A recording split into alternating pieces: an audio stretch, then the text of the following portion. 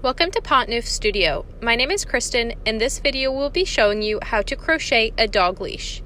You will need worsted weight cotton yarn, a measuring tape, scissors, a 2.75 millimeter crochet hook, or if you have tight tension, bump up to a 3.25 millimeter crochet hook, and a darning needle. To begin, make your slip knot and chain 4.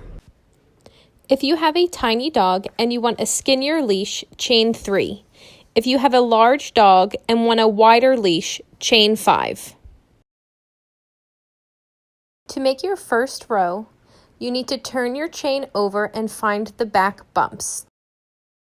Single crochet into the second back bump from your hook and in each of the remaining back bumps for a total of 3 single crochet stitches.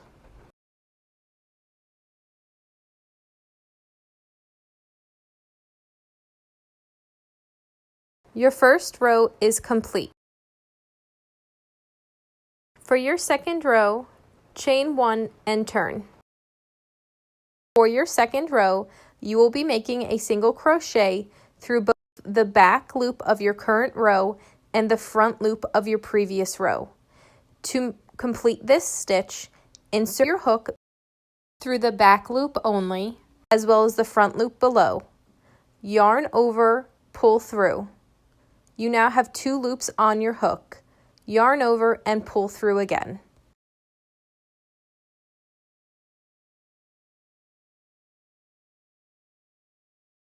When the single crochet stitch is worked up in this manner, it is called the thermal stitch.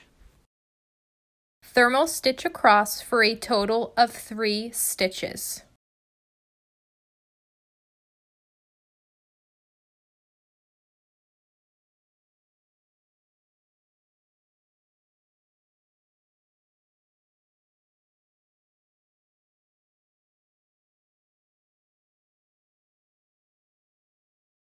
For rows 3 through 68, single crochet through the back loop only and the unworked front loop below for a total of 3 stitches across.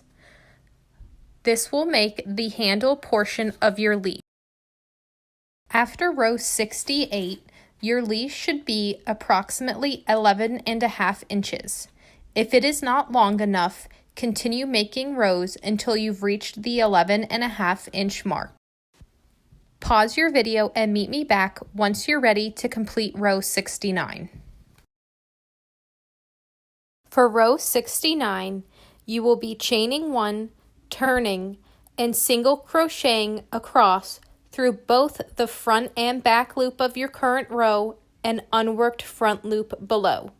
The difference between this row and your previous rows is you are now inserting your hook under both the front and back loop as well as the unworked front loop below.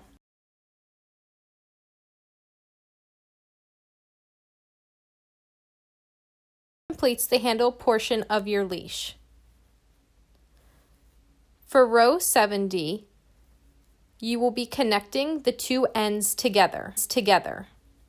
Fold your work in half, chain 1, and you are now going to work through only the back loop of the current row as well as the chain from the beginning. Single crochet through both the back loop only and the chain.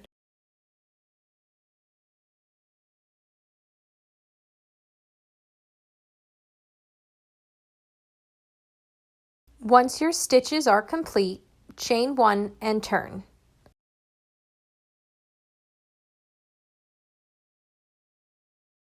Row 71. As you can see, you have unworked loops again. Chain 1 and turn. Now we're going to continue making the leash the same way we did through row 68, where you're working through the back loop only and the unworked front loop below. Continue working up your rows until you reach the desired length for your leash. The pattern is written for a 5-foot leash. This would mean you would need 390 rows to reach the 5-foot mark. They do work up quickly. If you would like a 4-foot leash, omit rows 360 through 390. Pause your video and meet me back once you've reached the desired length for your leash. Now we just need to work on the last few rows that your hardware will slide over. Chain 1 and turn. For this row, we still have these unworked front loops.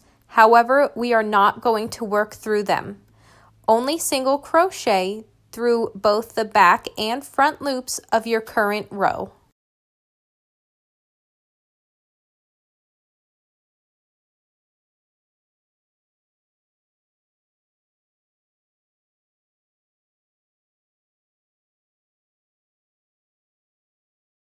Chain 1, turn, and make 5 more rows of just regular single crochet.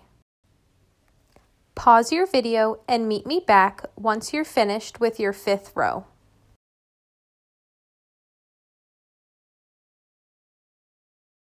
Once you're finished with your last row, cut your yarn tail, leaving at least a foot to finish off your project.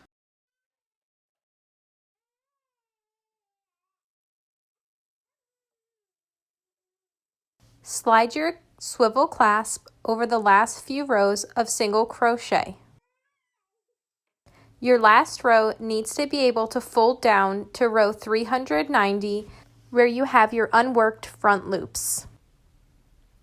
Chain 1 and turn. Hold your work so you can slip stitch through the chain and both the back and front loop of your last row.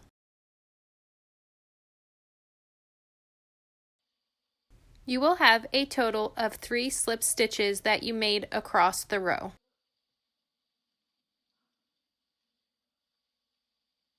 Pull your tail through to finish off. I like to use a darning needle to sew across for extra reinforcement.